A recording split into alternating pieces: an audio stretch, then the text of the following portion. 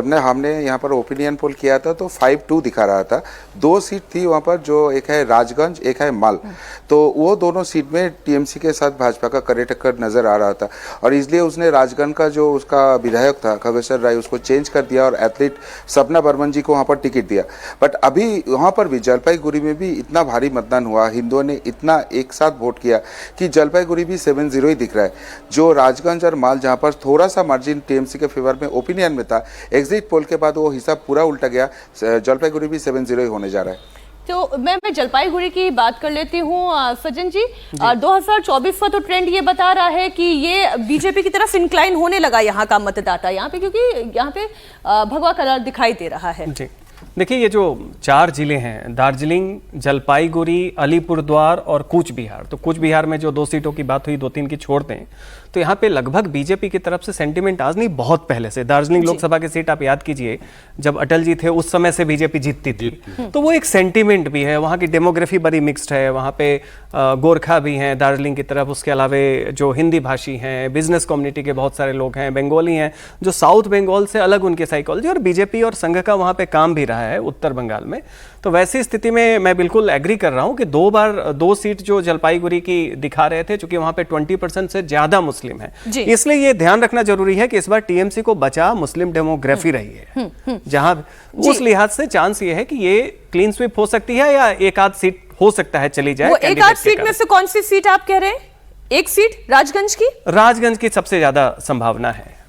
मैं भी बिल्कुल सहमत हूँ कि राजगंज की सीट पे टीएमसी की थोड़ा बहुत टक्कर है, पर वो भी 50-50 है और बाकी सारे सीटों पे भाजपा की जीत होगी। मतलब आप कह रहे हैं कि वो 6-1 भी हो सकता है मनोज जी?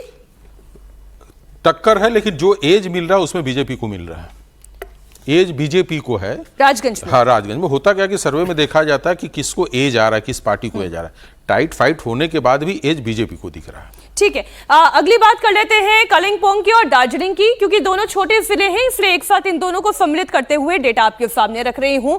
अब यहाँ पे तो सब भगवा ही भगवा दिखाई दे रहा है। कालिंपोंग की आप बात करें, दार्जिलिंग, कुर्सियांग, मातीगाड़ा, नक्सलबाड़ी, सिलीगुड़ी और इसके अलावा फानसिडेवा, ये वो सीटें हैं जहां पर पिछली बार भी बीजेपी ने जीत दर्ज की, इस बार भी बीजेपी जीत दर्ज कर सकती है। यहां पे मुझे नहीं लगता कि किसी में भी 2 राय होगी।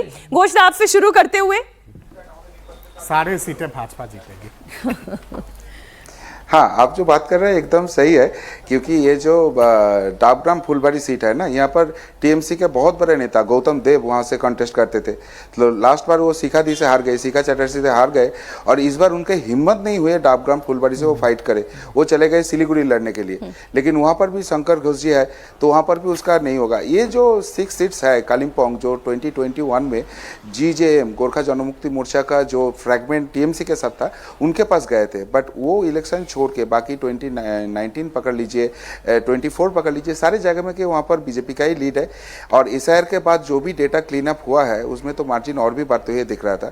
एक ही यहाँ पर टेंशन का बात था कि गोरखा वोट जो है वो वोट फिसल ना जाए, क्योंकि उन लोगों का नाम थोड़ा बहुत SIR में निकल गया। बट जब अमित शाह जी ने आया और ये बोल दिया कि भाई इलेक्शन हो जाने दो, आप एक लोग भी जो इंडियन हो उसका नाम वोटर लिस्ट से नहीं निकलेंगे, तो उसके बाद दार्जिलिंग और कालिम्पोंग का जो 6 सीट्स है वो डन एंड डस्टेड, वहाँ पर आंख बंद करके कोई भी जीत सकता है, उसमें भाजपा के अलावा सर डन एंड डस्टेड है, तो इसे यहाँ स्टूडियो में भी डन एंड डस्टेड कर देती हूँ, क्योंकि ये वो क्षेत्र है जिससे लेकर ना सज्जन जी, ना दत्ता जी और ना मनोज जी को कोई 2 राय होगी।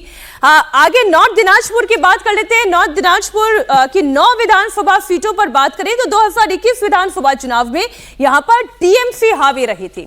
टीएमसी ने 9 में से 7 सीटों पर जीत दर्ज की थी, 2 सीटें बीजेपी के पास गई थी। लेकिन जब 2024 में लोकसभा का चुनाव हुआ, तब यहां पर बीजेपी ने टीएमसी को अच्छी टक्कर दी और मुकाबला बराबरी पर लाकर रख दिया। 4-4 का आप ये जो आंकड़ा देख रहे हैं।